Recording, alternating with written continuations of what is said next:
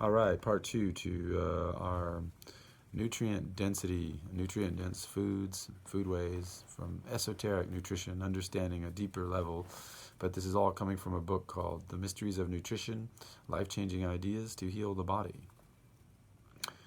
So, which can be found on Amazon or in book form on the website, theheartoftradition.com. Audiobook, which is right now, it's available for free. So hurry up and grab it if you need it. Where were we at when we left off? Okay, next bullet point. A small fresh glass of homemade organic carrot juice plus 2 dollops of whipped creme fraiche for the skin tone, color, and lungs, or coconut cream without additives or emulsifiers. Just remember that plant-based cream without retinol may steal retinol from the liver, causing nausea or indigestion in some. You may also use Devon double cream, which has been mixed with a beaten egg, maple syrup, then mixed with carrot juice and frozen for creamsicles, which are thyroid neutral, or blueberries or any other kind of.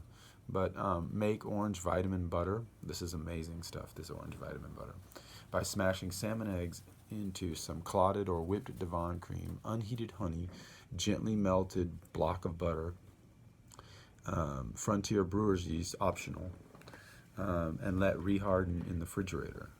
So this creates like this orange butter. It's amazing. And then after you can just kind of, because you run it through like a little food processor.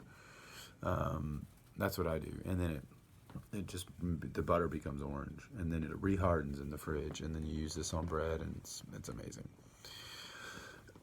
So we're just trying to recreate these high vitamin foods. I mean, butter used to have that high vitamin feature, and now we have to recreate it to get there. So this would happen naturally in nature, like the mid-spring butter or midsummer or whatever. There'd be more orange color to it, and so this was in traditional societies. We don't really have these societies anymore, and the way we do everything, and the races, and so much stuff is different. So we got to create this stuff now, which you can. So homemade lacto-fermented thick beet juice for the blood. Which you have to do yourself and let it thicken if you're really, especially vegetarian, because this is a huge blood tonic, and they don't have that many blood tonics if you're vegan or whatever, so this can help with that. Mixed with whipped thyroid neutral Devon cream, Devon from the UK. This you can pretty much find almost everywhere now. I mean, in Whole Foods, and there's certain, so this is the best cream. This is the cream I use for everything. Some people use mascarpone, but I don't like the way they use some acid to make it stable. There's something going on there. So Devon cream is the best. As well as Eastern borscht beetroot broth soup, cold or hot. And even broth can be drunken cold.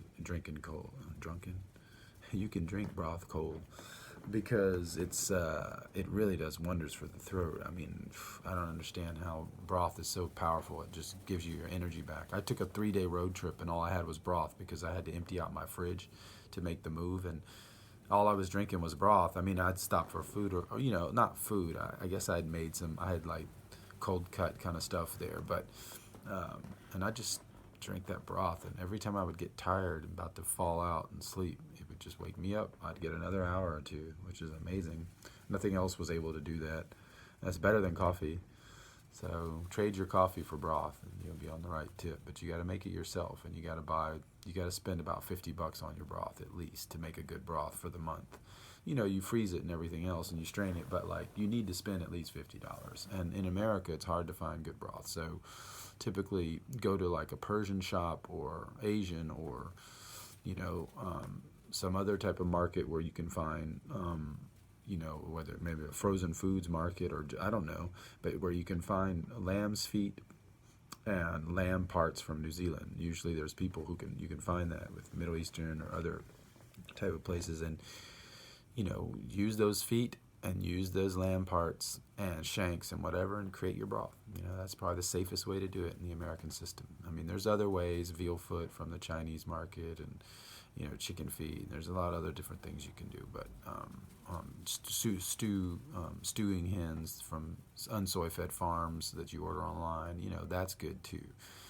And then all the products from those type of farms that are soy-free, corn-free, whatever, those are amazing too. But depending on your needs, you can adapt. So 2 soup spoons per day of raw local honey or equivalent, unheated, cold packed, or really raw honeys at the end of the meal. Compact honey will retain enzyme activity longer If it's been heated, it doesn't matter if it's compact or not. But if they are both raw, then the compact honey will retain enzyme activity longer. Don't buy huge jars, get smaller jars. So it doesn't die. The enzymes don't die out. The enzymes are not like normal enzymes. They're actually like the bee secretes this saliva that's like glucose. It's like a insulin, like a bee form of insulin, which breaks down the sugar for them. And we actually eat that insulin if it's been kept alive, that enzyme. And so that insulin allows for the sugar the honey to come in without spiking the blood sugar and having more of a healthy kind of sweetener. And most, non-raw, like really raw type of honeys, cold packed and really, you have tons of promises on the container. It's all written because they're paying for each step and they know how expensive it is to skip steps. So they're always putting it on there, and those are going to have the right enzyme. So a small finger of butter plus unheated honey to replace dessert at meals and facilitate digestion. Don't eat dirt, please. Some kids do because they're mineral deficient, and most people on the planet eat clay, so I think we kind of lost track of that. So anyway, that's a little side note. But raw whole Jersey milk to make creamy curds and whey, or homemade custard, unless milk interferes with your thyroid, no matter how it is prepared. You can find good milk in a lot of parts of the country, raw Jersey, raw sheep milk, stuff like that. But if the iodine is weak in the milk, like an iodine weak area, like for example California, you can reinforce the honey with vanilla extract. Spend money though, like a $20 little small bottle, and then you can put that in, in the milk, and that will help reinforce the iodine capacity of the milk or level of the milk. So 2 to 3 teaspoons per day of Frontier's Brewery's yeast, not the organic one. Once again, they started changing something, and the organic one is not the good one. So it's really salty, and so anyway. I bought this other one called Half Bro Trunk. Nobody knows what that is here, but it's a lacto-fermented vinegar drink made from bread. It's alcohol-free. It's kind of like kombucha and vinegar combined. It's like a half and half. And then they mix that with like sparkling water or something, which is bought in glass, and raw honey. It's used as a pre-digestive for vitality. So according to your needs, replace some water with diluted broth, diluted soups, whey, fermented drinks, vegetables rich in water content, homemade glyphosate-free oat milk water. Avoid plastic boxes. Search oats online. Bullet point: consume heirloom vegetables, baby vegetables, rustic salads, and root vegetables. The smaller the vegetable, the better, as far as taste goes. But they can be more expensive too. So, farmers markets, things like that. Try to get stuff that's coming from the soil around you if the soil's healthy, and for certain types of foods. Like here in California, there's amazing strawberries and dates, and there's certain things that are just amazing. So jump on that. So homemade coconut water kefir. Coconut water without kefir fermentation can trigger insulin spiking in many. I like to mix young coconut meat with the coconut water, thereby creating a semi-colloidal milk which slows down the sugars in the coconut water and is a libido enhancer, along with lobster, tamale, octopus, oysters, foie gras, fish eggs smashed with cream, raw soy-free eggs, and quality tribulus. Kombucha. Try to find the brands that have the most herbal or medicinal taste with less sugar. This is almost impossible in America. None of these exist. So it's more of a European thing. If you're avoiding alcohol, then find a more sugary brand of kombucha or make them yourself. Refrain from kombucha if going through an acid state. If you have become sensitive to even the water used in commercial drinks, then just drink glass bottled water with some unheated honey in the mouth to remineralize the water, and maybe some ginger. There's a couple brands that use a high ginger amount in their kombucha, and it kind of offsets some of the negative effects of sugar, but not really.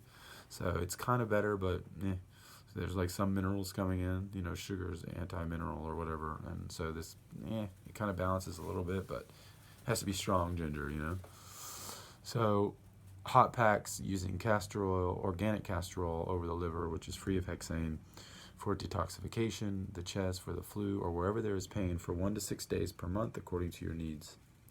I use that sometimes when I get sick. I did last night on the bath, and I hate taking baths in American water, even with like the magnesium pellets or whatever it is, flakes and salt and all that stuff that you can make the water better, but it's still just shitty water, and I don't trust it. And so I take showers, short showers, cold showers, but you know, sometimes I'll take a bath when I need the heat, and I'll just kind of dip my body in that heat and just really get all that heat and do like a little castor massage, and then lay down on the floor once I can't take the bath anymore, and just use all that heat to help push out some disease. But anyway, so transdermal magnesium, daily and progressive cure of 6 months using certified Zexine magnesium oil in glass bottles. Boom, here it is right here from theheartoftradition.com.